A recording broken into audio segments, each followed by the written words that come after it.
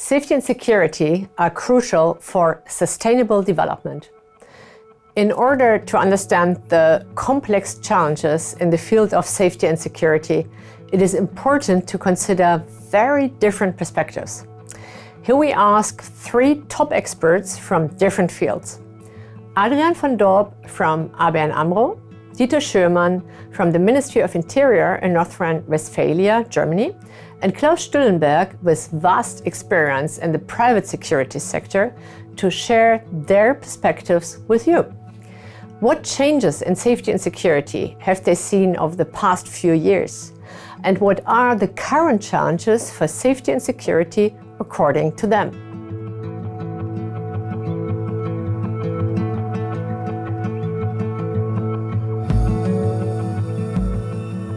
I think there's a major change going on, actually. Safety and security in corporate life was, well, in the past, actually not relevant.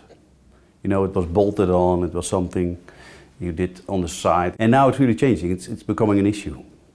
Because corporates really want, if you look at the World Forum, want to be on the edge of corporate social responsibility. And also security. You know, because we understand, we as a bank from ABN AMRO, we understand that the safety, the financial safety of our clients is actually what's relevant for our business. Yeah, there's a very dynamic change in the last few years, I would say in the last 10 years, but very close in the last 5 years. We have 3 points I want to stress with it. We on one hand have a globalization of international crime and lots more influence of international crime and not so much importance of local crime. So we have a widening of the European Union, for example, to the eastern parts of Europe, and that was very good for the economical development of our states, but on the other hand, there were critical developments in a way because there were traveling perpetrators, for example, coming up to Western Europe, and for that hand, we weren't prepared for that as well. That was a big challenge for that.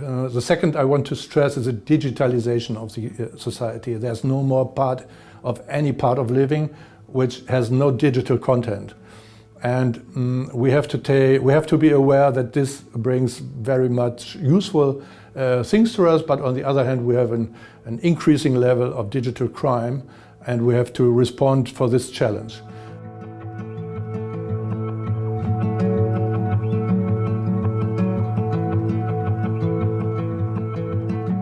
The main challenge, in my opinion, is the transnational risks. So crime and risk doesn't know any border and doesn't respect any border. So what happens? It happens that it's very, very problematic to deal with such risks. We are not used to it. So again, we have to work on this challenge. Well, there are two. It's fighting bureaucracy and the way we look at each other, especially on public-private relationships, because that's really changing. There's so much legislation, controls, bureaucracy just in the way for taking it forward. And the other one is culture. Because the old culture, the bureaucracy culture, is slowing us down. And it's not providing the right answers and the right leadership for new generations. The main challenge is to give up traditional point of views, how to solve those problems. We have to be open-minded for new solutions, and that is we have, for example, we have a broad situation. Everybody says the prevention of risk, crimes and dangers, that's a matter of the whole society. But in reality, that is not the whole society who is dealing with this and is working on this problem. On one hand, we have the public security authorities who are working with this, but on the other hand, we have commercial institutions and the rest of the society. They look at the police to take care of this.